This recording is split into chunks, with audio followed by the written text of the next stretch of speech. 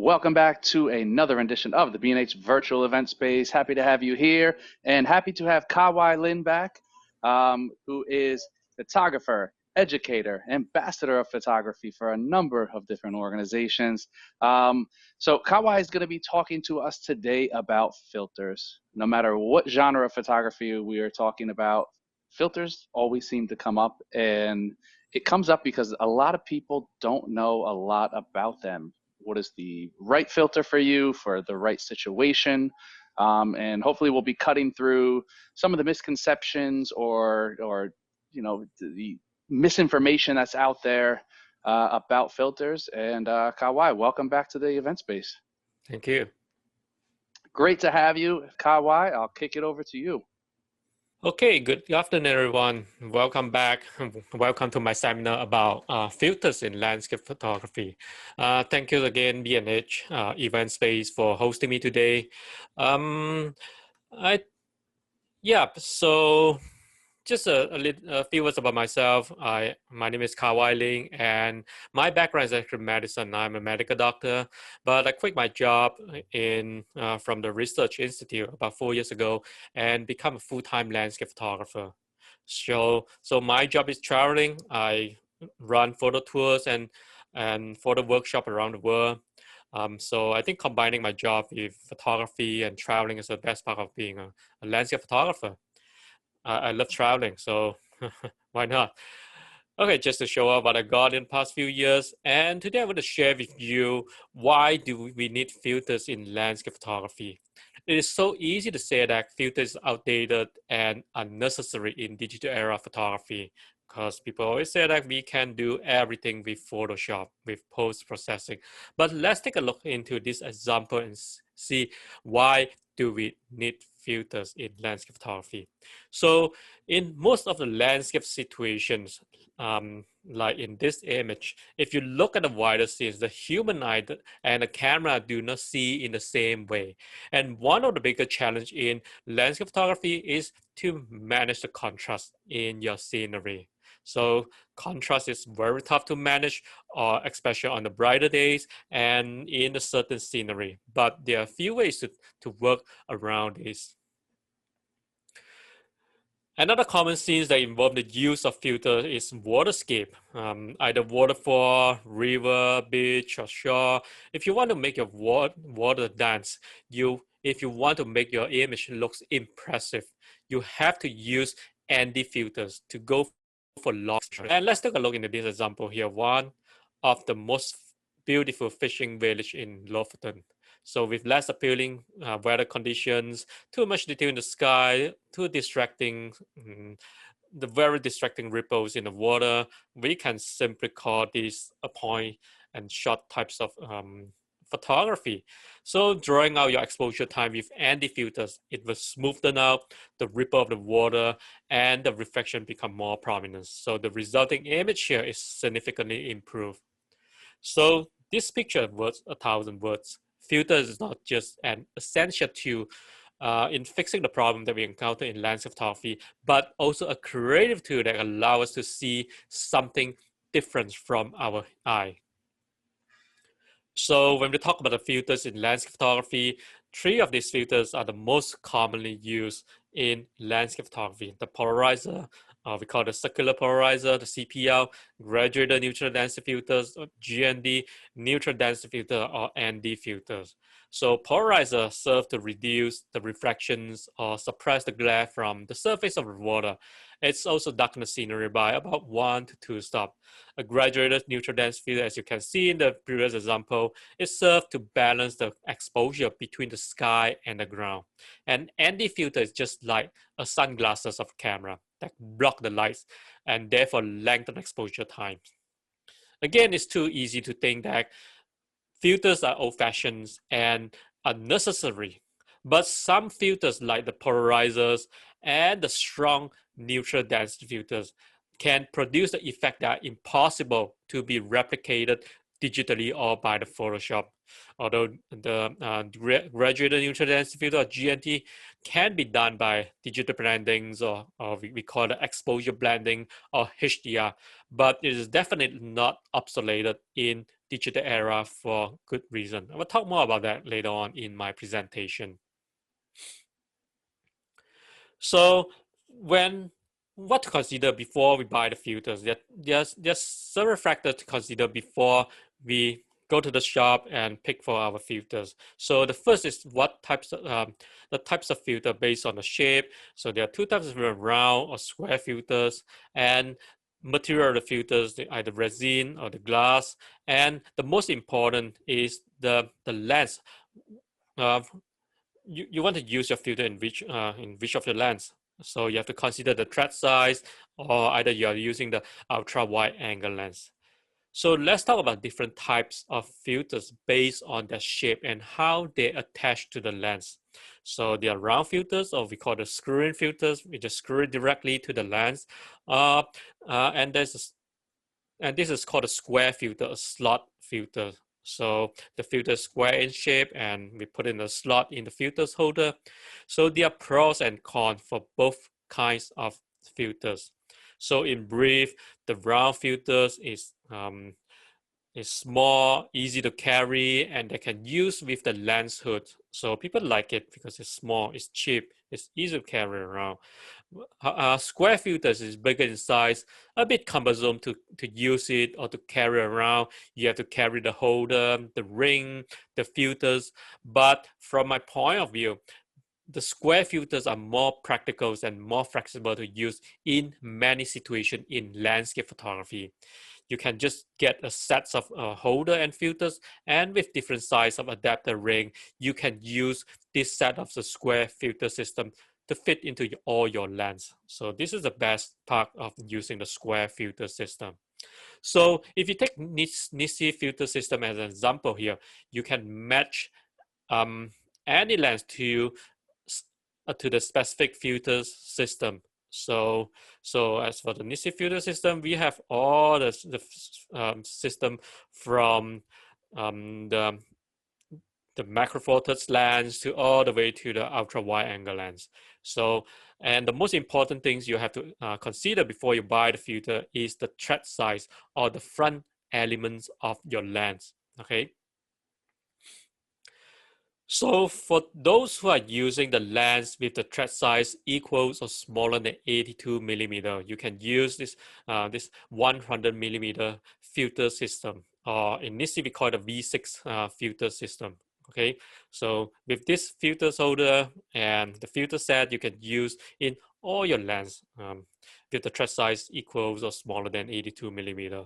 However, if you have the lens, ultra wide angle lens with the front bulging elements like the Canon 11-24, Nikon 14-24, Sony 12-24, or even the tilt shift lens like Canon 17 millimeter tilt shift lens.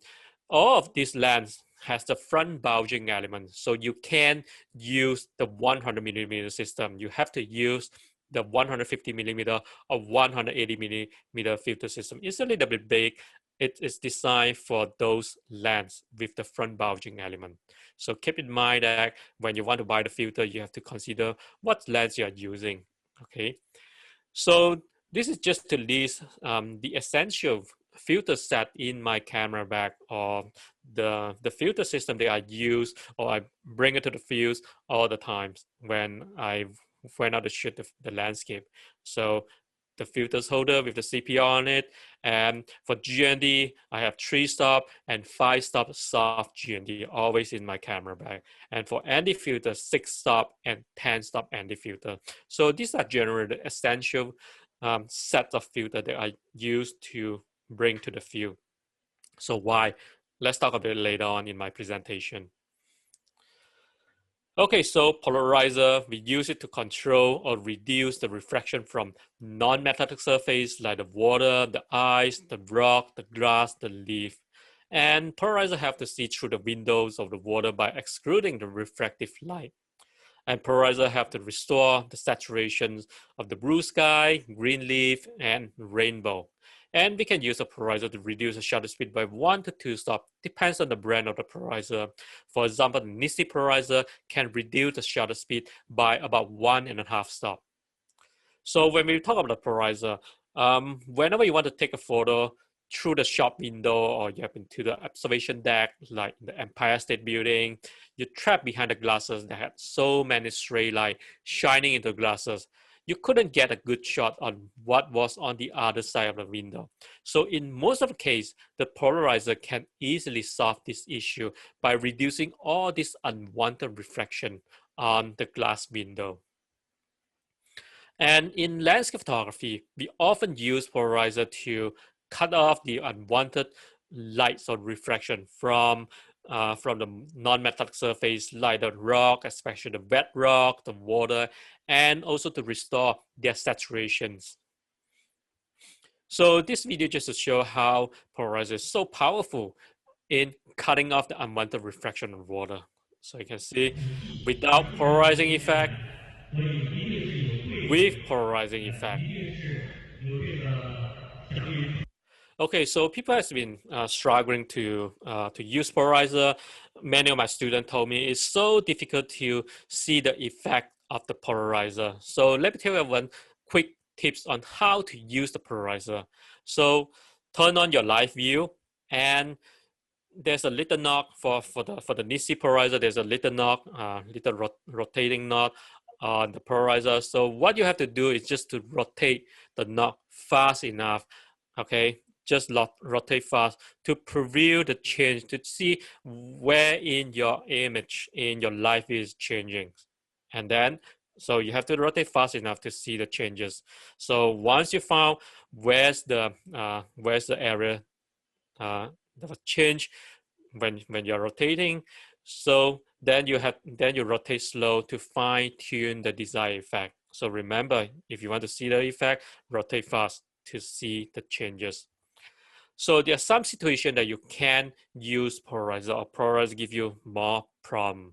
So one example is that polarizer have no effect in the front light or backlight conditions. Okay, if you're shooting to a direction of the sun, or you're shooting opposite direction of the sun, polarizer will have no effect.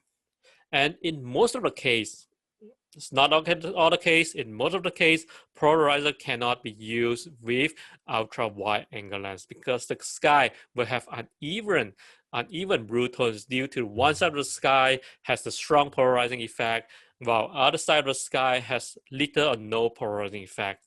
So sometimes create a problem, sometimes do not. If it's create a problem, then what you have to do is just to remove your polarizer. Okay, when this is exceptionally important when you're using the ultra wide angle lens. So polarizer is not suitable when you want to take the multiple images to be stitched into panorama. Okay. And the last thing here, polarizer cannot be used on the windows or the glasses which are uneven, tinted, or colored, just like the airplane window, because it has a special coating on the airplane window. If you use polarizer, it will result in a rainbow or ripple effects. Okay, so we are done with polarizer. Now let's talk about the graduated neutral density filter. As I mentioned earlier in my presentation, in landscape photography, we often deal with the high contrast scenery, the brighter sky or the overexposed sky, or the underexposed or the darker ground. Unlike the human eye, the contrast between the bright sky and the dark foreground often go beyond the capabilities and dynamic range of your camera.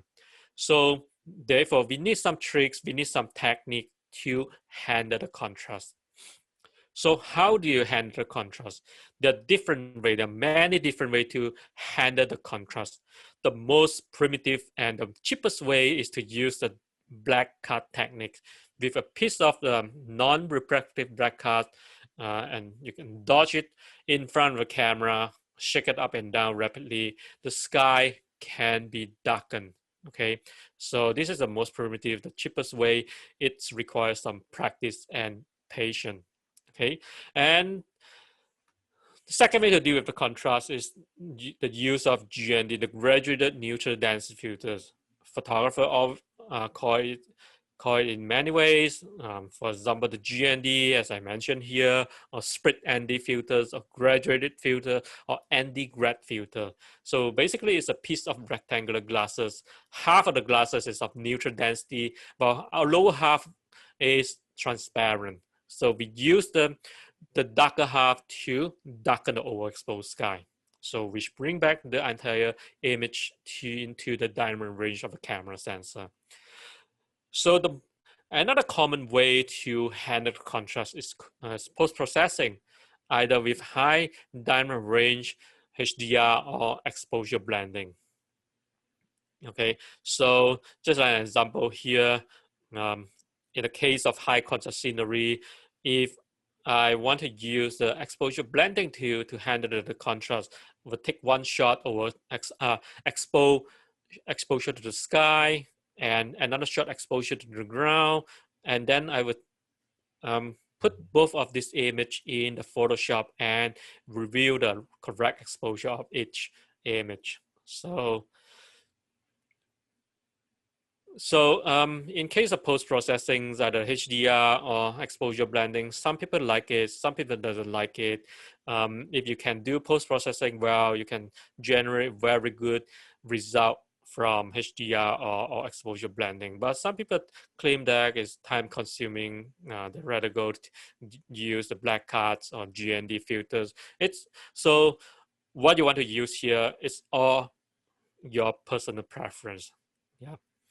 So in this example here, I use a 5-stop GND to handle the contrast between the sky and the ground. So in this case, with the use of 5-stop GND filters, you can darken the sky and bring back the information here, bring back the overexposed information here back to the midtones in your histogram. There are different types of GND manufactured by Nisi filters, soft, hard, reverse, and medium GND. You can see that the biggest difference between them are the transition between the dark and the transparent area. So when there's no clear horizon line between the bright and the dark area, for example, when you're shooting the mountainscape or the building, so you have no clear horizon line. So in this case, in most of the case, you can use the soft GND or medium GND with long transition between dark and transparent area. So you won't see the very definite line in between your between bright and transparent, bright and the dark area. But if you have very definite horizon line in your scenery, like the sea level, skyline, you can use the hard GND filters with the short transition line between the dark and transparent area. When we are shooting sunrise and sunset, when the sun is in the middle of your scenery, we used to use this so-called reverse GND to balance the contrast. So in the reverse GND, the darkest part of the glasses is right in the middle. So we use this part to darken the sky. So just an example here, overexposed sky. In this case, we use the soft GND, the 3-stop soft GND, slide it down to darken the sky, bring back the information here back to the midtone.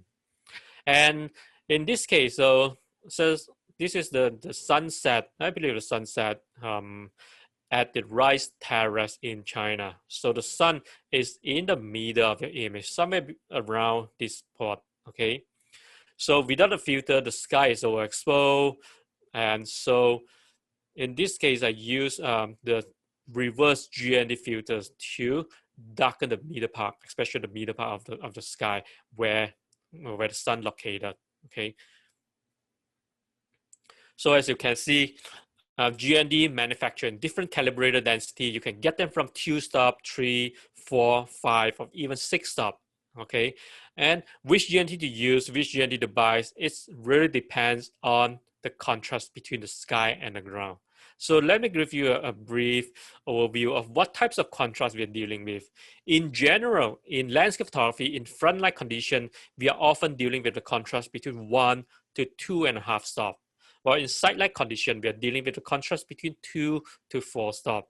And in a backlight condition, we are dealing with the contrast 3 to 5 stop.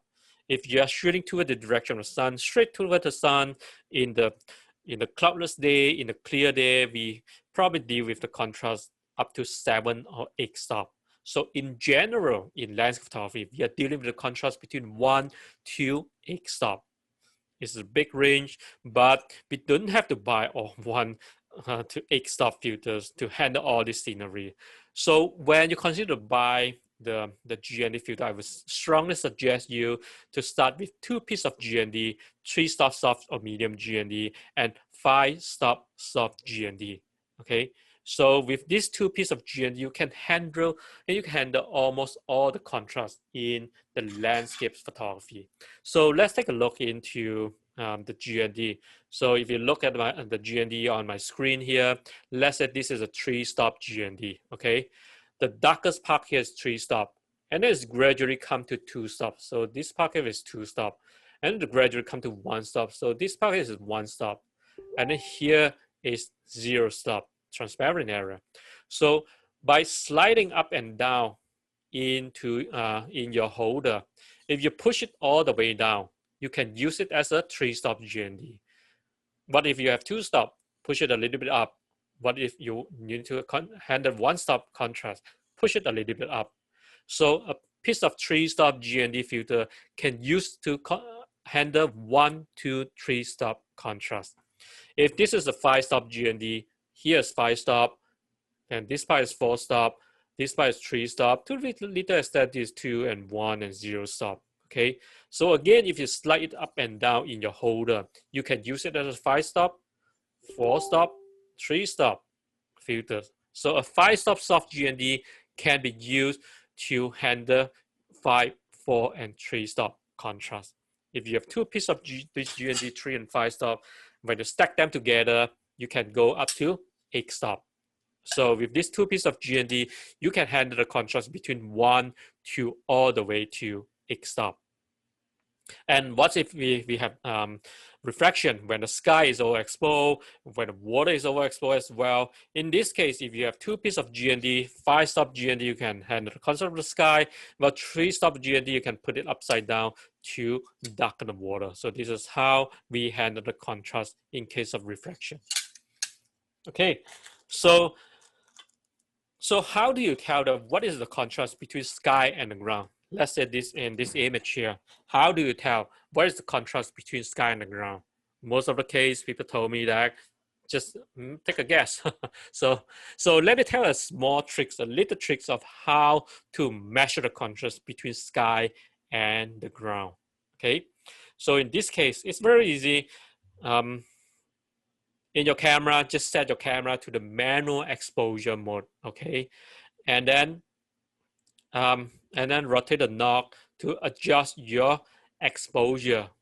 Adjust your exposure until the pointer here go to 0, okay? This is the first step. The second step, just point your camera toward the sky and just look at the screen and see where the pointer goes. Okay, so in this case, it's go from 0 to 3. Okay, so that being said, there's 3-stop difference between the sky and the ground for this situation, so that we can use 3-stop GND to balance the sky and the ground. So this is a small trick to tell you what is the contrast between the sky and the ground. So it has been a hot topic to debate over the past many years to use or not to use GND. People claim that GND is expensive, too cumbersome to carry around, and the effect can be achieved by the Photoshop. But one advantage of using GND over the Photoshop is that the effect is created in the times of capture. That may save you some time for post-processing. It also means that you have the exact idea of how your final image will look like in the field. And effect of GND is also consistent from frame to frame. Not to mention that it will save you immense amount of time when you are processing thousands of images, for example, especially for the time-lapse photography. But most importantly, GND filters tend to give more organic and natural result as compared to HDR. Okay, so nonetheless, many skillful photographers are being able to achieve great results from Photoshop or post-processing. And so, to my opinions, to use GND or not to use GND is solely personal preference. Okay, so let's take a look into this this interesting figure here before I go into the neutral density and long exposure photography. So since the invention of the camera, people has been saying that the camera is a recording instrument. We use camera to record what we see with the naked eye. But let's take a look into this at this interesting figure and find out how similar it is the camera to the human eye.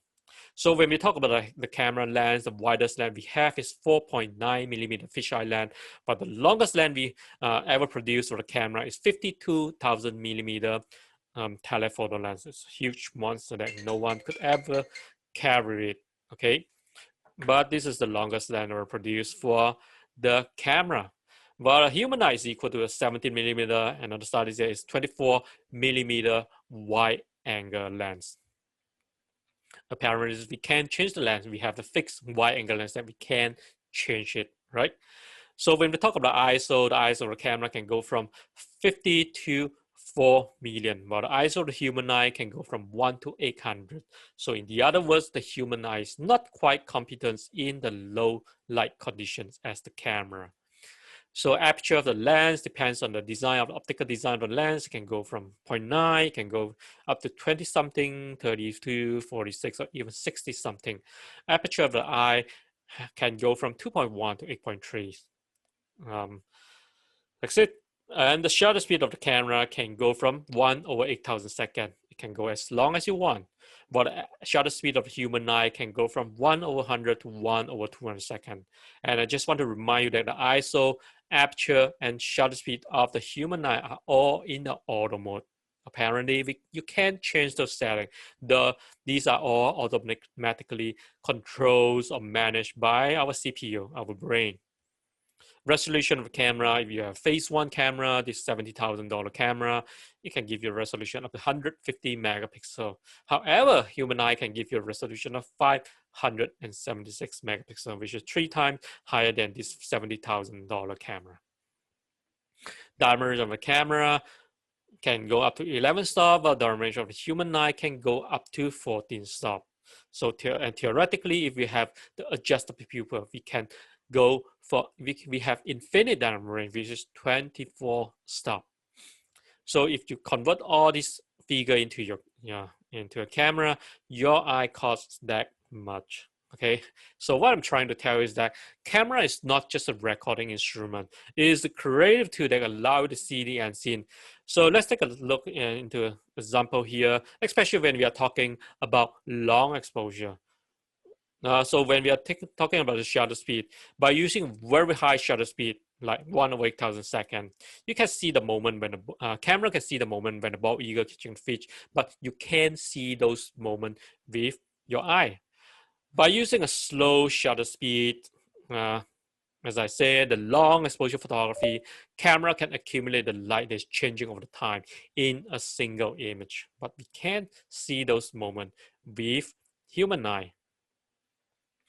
So based on how we set the camera, we can see many things that our human eye can see. That's why we call photography, especially landscape photography, is an art of seeing the unseen. We always try to capture something that are not easily seen or can't seen by the human eye.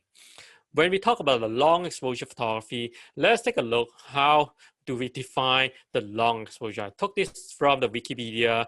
Long exposure photography involves using the long duration of the shutter speed, blah, blah, blah, blah, blah, a lot of stuff. But I'm not going to read through this, but the most important keywords here is the movement and the time. So in short, long exposure is all about shooting the moment and adding the elements of time in your landscape photography.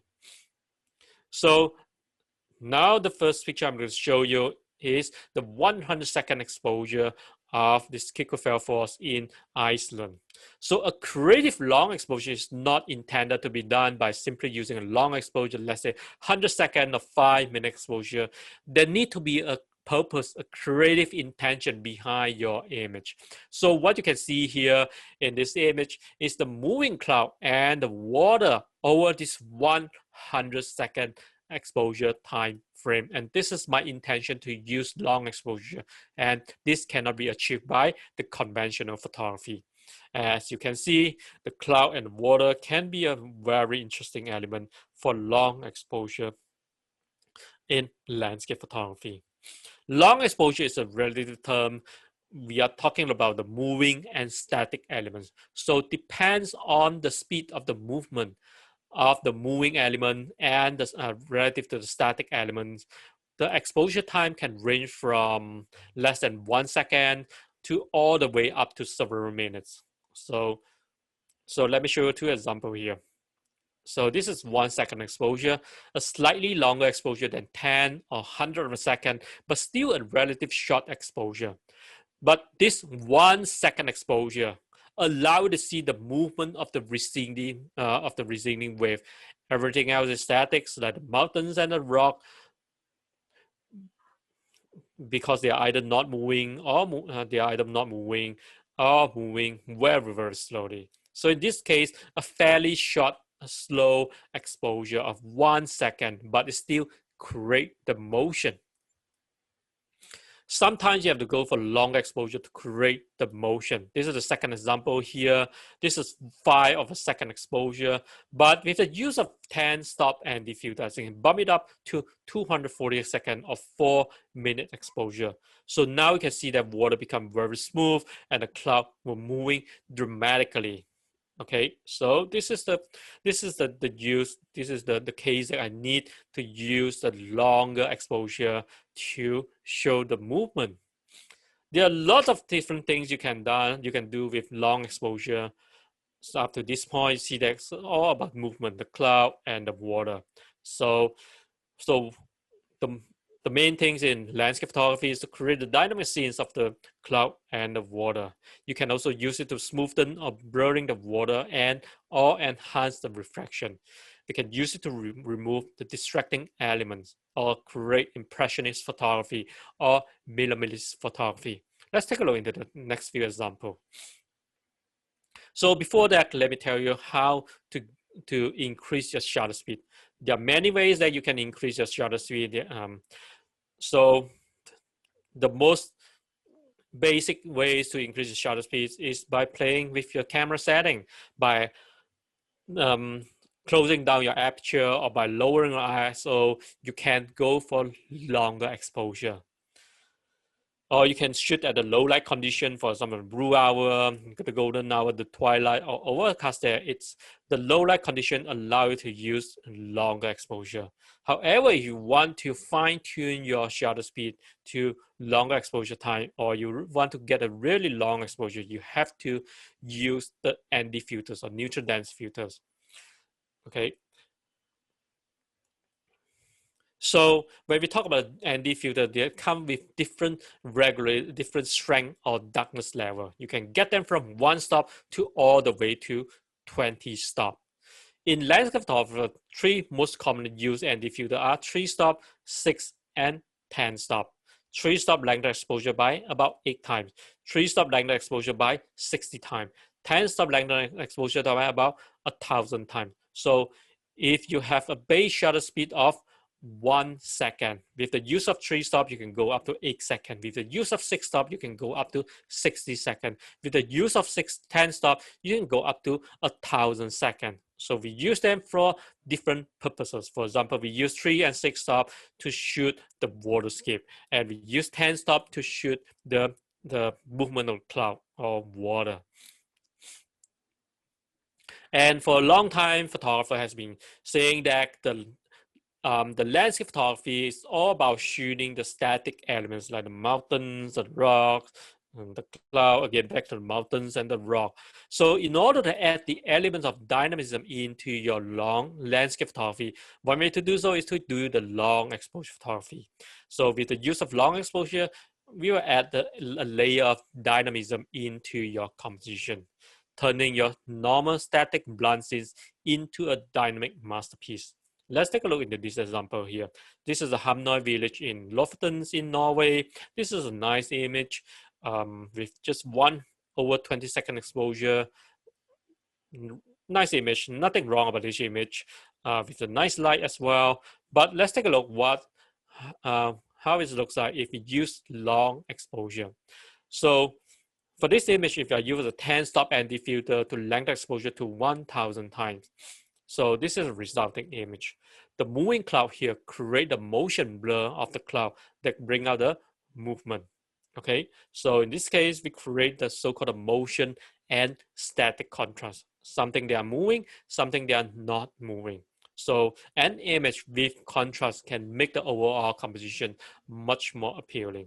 At the same time, long exposure or the ND filters smoothen the water, make it less distracting to the overall image. Another example here, the motion blur of the cloud, bring out movement. This again create a motion and static contrast, something they are moving, something they are not moving. So this is one of the very useful functions or purposes of doing long exposure photography. We add the elements of motion, add the elements of time into your images. Long exposure also lends itself to a so-called a guest-host relationship. When you look at this image from Dolomites in Italy, so who is the main subject in this image? Obviously is the mountains and the hotel here, because you can't find these guys in the New York City or in New Jersey. So they are the host, they are the main subject, or they are the landmark of this image or this location. So with the use of long exposure, I blur out the sky and the cloud, especially the cloud, make it less distracting to the overall image. So the cloud in landscape photography often act as a secondary elements, supporting elements, or the guest, or we call it the co-star of the image. So with the use of long exposure, the second element or the guest is now blurred out, make it less distracting to the viewer eye. This in turn will make the host or your main subject stand out from the cloud. So here's another example from the Faroe Island. Obviously, the statue here and probably the mountain here are the main subject of this image because they are iconic. They are representing this location or this image.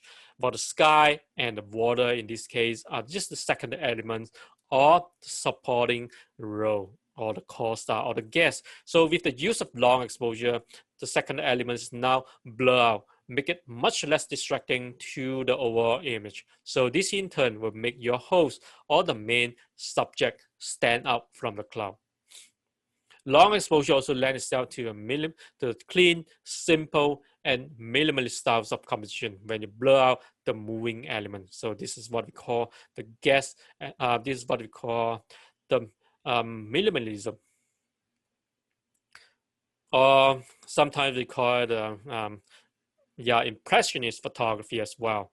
So just like in this image here, 10 stop ND filters, 200-second exposure, you blur all the moving elements like the cloud, the water, the moving water, result in a very simple and minimalist styles of images. So this is one of the most common application of long exposure photography, or the use of the high strength ND filters like 10 stop ND filters. We also use the ND filter to smoothen the water and to enhance the reflection. So one thing I really like about reflection in landscape photography is that it's capable to produce a harmonious, symmetrical image. So reflection is one of the favorite subjects for many landscape photographers. However, in most of the case, reflection is often distracted by the ripples, either by the moving water or by wind. You will never get a good reflection in the moving water or in a windy day, or even a calm day. It's very difficult to get a perfectly calm, highly refractive water. So in this case, what you can do is to use a long exposure. For example, in this image, I use 10 stop ND filter that lengthen my exposure time to about 4 minutes. So in this case, the water is smoothened so that you can see clearly visible reflections of the mountain. At the same time, I also create the motion blur of the cloud, which bring out the movement. So you can take a look here without and with the use of long exposure. Which one do you prefer? And this is a famous village in Lofoten, and this location is always windy and the water is shallow, so it's very difficult to see reflection. But if you see a little bit of reflection, you know that this is a very precious condition. So you have to think how to make this shot better. So in this case, I use a 10-stop anti-filters to lengthen exposure time to 240-second exposure. The water is now smoothened and the refraction become clearly visible. At the same time, with the long exposure of 240 seconds, I blur the sky, blur the movement of the cloud, resulting in a very simple and clean images here. So again, without and with the use of long exposure. So which one do you prefer? So we also use the long exposure to remove the distracting element. So this is one of the most popular tourism hotspot in, I think in Kunming in China. In the open hour, you can see the tourists, the birds are all getting around all just running around in front of the camera. You can get a really nice shot, clean shot of it. But with the use of very long exposure, all these distracting elements, the bird, the people, the boat, are now blurred out. So resulting in a very nice, clean, and simple image. Okay. So you can see that with no filters, there's a lot of distraction from the moving elements and also the water. With the use of long exposure, I make a very clean, simple, nice looking image. So when we talk about the ND filter, especially the high strength ND filter like the 10 stop or 15 or even 12 or 15 stop ND filters, when we put it in the front of the camera, we can't see anything because it's too dark. Okay, so in order to use this 10 stop ND filter, there are certain steps to follow. So before you put this filter in front of the camera, you first have to compose your image, lock your tripod. After that, the second step, you have to focus your image. After that, switch your autofocus to manual focus to lock the focus. And then the final step is to calculate the exposure time. So once you're done with this 1, 2, 3 step, compose, focus, and color exposure time, then you put your filters in front of the camera and set your camera and shoot. So how do we calculate exposure time? There are different ways to do so. The simplest way to calculate exposure time when we use the 10-stop ND filter is the base shutter speed times 1000. Okay, because 10-stop ND filter lengthen exposure time by 1000 times. If you have 1/10 second exposure, the resulting exposure times is 1 minute and 40 seconds or 100 seconds if you use a 10-stop ND filter. If you have 1/30 second exposure times 1000 is about 30 seconds, 33.333 seconds. So the simplest way to calculate exposure time is to just times 1000. So another option here is to use this long exposure calculation chart. You can easily get this online. You can print it and keep it in the pocket, like a cheat sheet. It's pretty straightforward to use it. You just have to match your base shutter speed here to your ND filters. For example, if you have 1/x stop ND filters and your base shutter speed is your base shutter is 1/x second, and if you're using a 10-stop ND filter, so your resulting exposure time is 128 seconds. Okay. Another easy way is to use the apps. Everyone have iPhone, has smartphone nowadays. Just download these apps like LE Calculator, and then it's very straightforward. All you have to do is open the apps and select the filter density for some 10 stop here and select the base shutter speed for some 1/10 second exposure. And then the apps will calculate for the resulting shutter speed for some 1 minute and 40 seconds. Okay. And what I want to tell you here is this is a very quick technique to when you want to calculate exposure time for 10 stop and diffuse. This is called a 1-second exposure technique. I will quickly go through this technique. If you're interested, I will give you the link after that, and you can check it online. Maybe you need some time to digest it or what. So let me tell you quickly. So it's easy. Step 1, 2, 3 methods. Okay. Step 1, just set your shutter speed to M mode and ISO to 6400, 1 second. Take a shot with step 1. After that, check the histogram. If check if it is well exposed. If your image is well exposed, then go to step 3.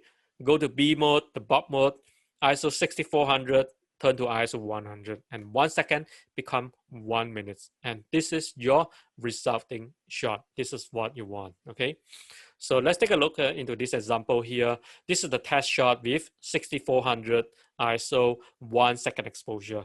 Once I got this shot, I check the exposure, make sure everything is well exposed, no exposure, not underexposed. So this is okay, pass, and then I go to the next step. ISO turn back to 100, 100, and 1 second is now become 1 minute. So this is your resulting shot. What if the test shot of 1 second is underexposed? Then just adjust to 2 seconds at ISO 6400, which correspond to 2 minutes at ISO 100. 3 seconds, if still underexposed, go to 3 seconds, which correspond to 3 minutes. 4 seconds, which correspond to 4 minutes, so on and so forth. Okay, so you probably need some time to digest this. The principle behind is very simple. Okay, there are 6 stop decrement from 6400 ISO to 100. Okay, so 6400 to 3200 is 1 stop, 3200 to 1600 is 2 stop, 1600 to 800 is 3 stop, 800 to 400 is 4 stop, 400 to 200 is 5 stop, 200 to 100 is 6 stop. So this is 6 stop decrement. So 6 stop decrement result in 2 to power of 6, which is 64 time decrease in exposure time. Okay. On the other hand, 1 minute is 60 times longer than 1 second. So therefore, 60 time decrease in exposure time compensate with 60 time increase in exposure time compensate with 60 time decrease in ISO sensitivity. So this is the principles of 1 second exposure technique. If you need some time to digest this technique, or you want to know more about this technique, go to my website, and I have a very detailed blog post on this technique. Or go to my YouTube channel, Kah-Wai Lin Photography. I have a very detailed explanation of this technique. Take some time to digest this. This is a very useful technique in the skill in the field. So when we talk about waterscape, this is one of the most popular subject for long exposure photography. And because the water changes appearance when you extend the exposure time. This is 1/10 second exposure. You can see a lot of short line extending over the water flow. Okay, a lot of fine detail in the water, a little bit messy to me. This is 1/6 second exposure, a little bit slower than the previous one. Again, you can see a lot of short line extending over the water flow. If you bump your exposure to 1/2 second, 1 second, at 2 seconds, you can see that. Let's go back to 1 second. You can see that water, the short line just now is joining each other, become the longer line. And this line implicate the directions of the water flow. And then this direction bring out the movement. So 1/2 second exposure, 1 second exposure, and 2 second exposure can make your water looks like it's moving, looks highly dynamic. But if you further bump your exposure to 5 seconds, 10, 15, 30 seconds or more, you can see that the detail of the water completely disappear, and the water become very smooth and misty. So that being said, if you want to make your water looks dynamic, looks like it's flowing, all you need is 1/2 second to 2 second exposure. If you want to make your water look smooth, look simple, looks dreamy, all you need is 10 to 20 second exposure. Most of the case, we rely on 3 stop and 6 stop anti-filter to slightly lengthen exposure time. You can see most of the example in my presentation. Most of the waterscape were taken around the exposure times of 1/2 second to 2 second exposure so that the water looks highly dynamic. You can also apply the same principle in seascape photography, either outgoing wave. So there are different ways to shoot the wave. Outgoing wave is when the wave is going back to the ocean. Okay, so in this case here, this is an ice beach from Iceland. This is 1/10 exposure. A lot of detail in the water, which is total mess for this image. In this image, if I use the 3-stop anti-filters and 1 second exposure, outgoing wave, when the wave is going back to the ocean, I can make the water looks highly dynamic, looks much nicer than the previous one. So this technique is called a wave painting. With different configuration of the eyes, or if you're shooting in other beach with a rock, you can create totally different images, different types of compositions. So this is just to show you.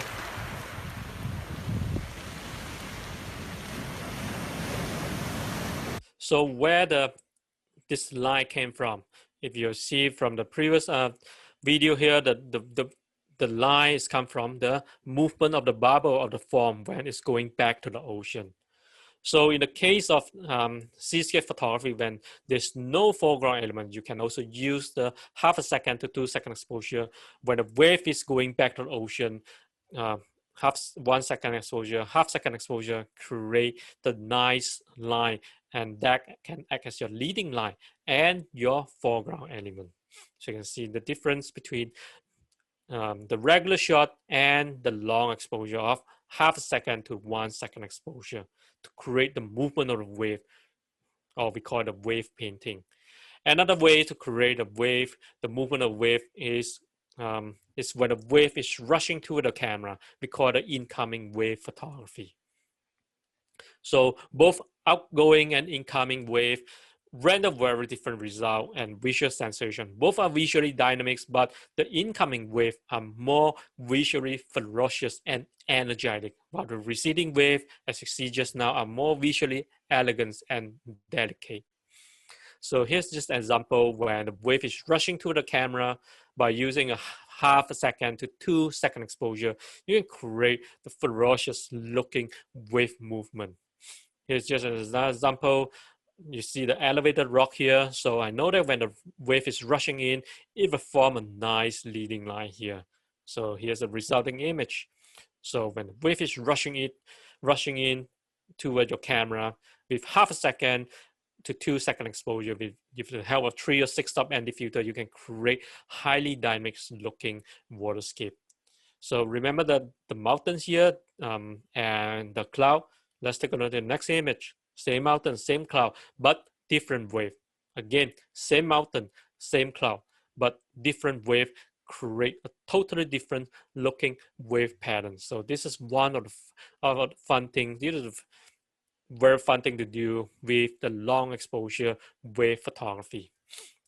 So the bottom line of using the long exposure, the filters in landscape photography, you have to analyze the scenery and find out the problem and then fix it with the filters. Let's take a look into this example here. So in this image here, this is a nice landscape, but the light is not perfect in this situation because this was shot in the middle of the day and the cloud is moving. So probably we can make it better if we create a moving cloud or make it less distracting to the overall image. And the ripple in the water is quite distracting to me. So let's see how I could fix this image with filters. So this is a resulting image. So the light is not perfect, so let's wait for a while when the sun is low in the sky. So the overall image, the overall color is much present during the golden hour, okay? And I use the 10 stop anti-filters to create the movement of the cloud and also make it less distracting to the overall image. At the same time, with the use of 10 stop filter, I make the water look smooth, remove all the distracting ripple. So the overall image is much more present looking compared to this without use of filters. Another situation here, this is from again, from Faroe Islands, analyze your image. What caused the problem? Again, in this image, the contrast causing the problem. Overexposed sky and underexposed ground. And also the cloud is moving as well. So again, we can create the moving cloud using long exposure. And the ripple of water is quite distracting, as well as the reflection of the contrast. At the same time, you have the 10-stop anti-filters to create the movement of the cloud. Okay, to bring on the movement at the same time to smoothen the water. And I use the polarizer to reduce the refraction of water. So which one do you prefer? Take a look, and obviously with the use of filters, it's allow you to create a much more pleasing looking image. Okay, so before I end my presentation, just want to spend a minute to show you a short slideshow from my trips to Greenland. So enjoy the show.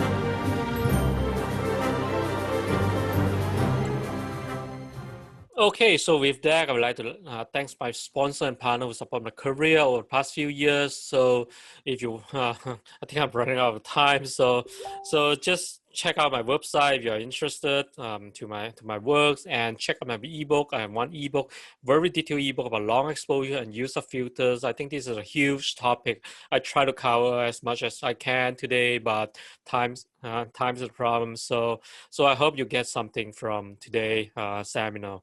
And if you want to support me, you can join me on Patreons. I offer the monthly seminar and so on. Okay, so with that, I will stop sharing my screen here, and then I think we'll go for Q&A. Thank you. Awesome. Thank you so much, Kah-Wai. Thank you. So we do have a couple questions. We'll start with Judy, who's joining us from live stream. Judy wants to know your opinion of magnetic filters, if there's any vignetting effects also.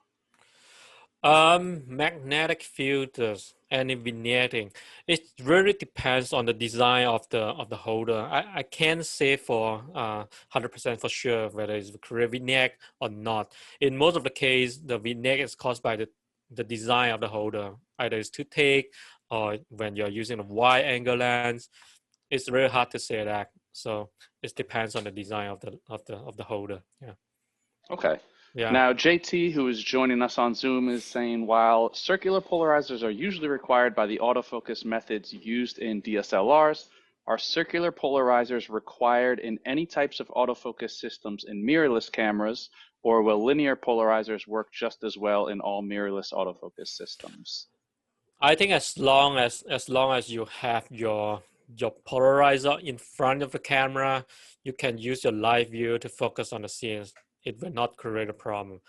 Again, the best is to have your polarizer in front of camera, because with and without the polarizer, it could affect your focus, the focus plane. But if you put in front of it, you are good to go. Yeah. Okay. Now, Elizabeth, who is also joining us here on Zoom, is talking in particular about the picture of Lofoten Village.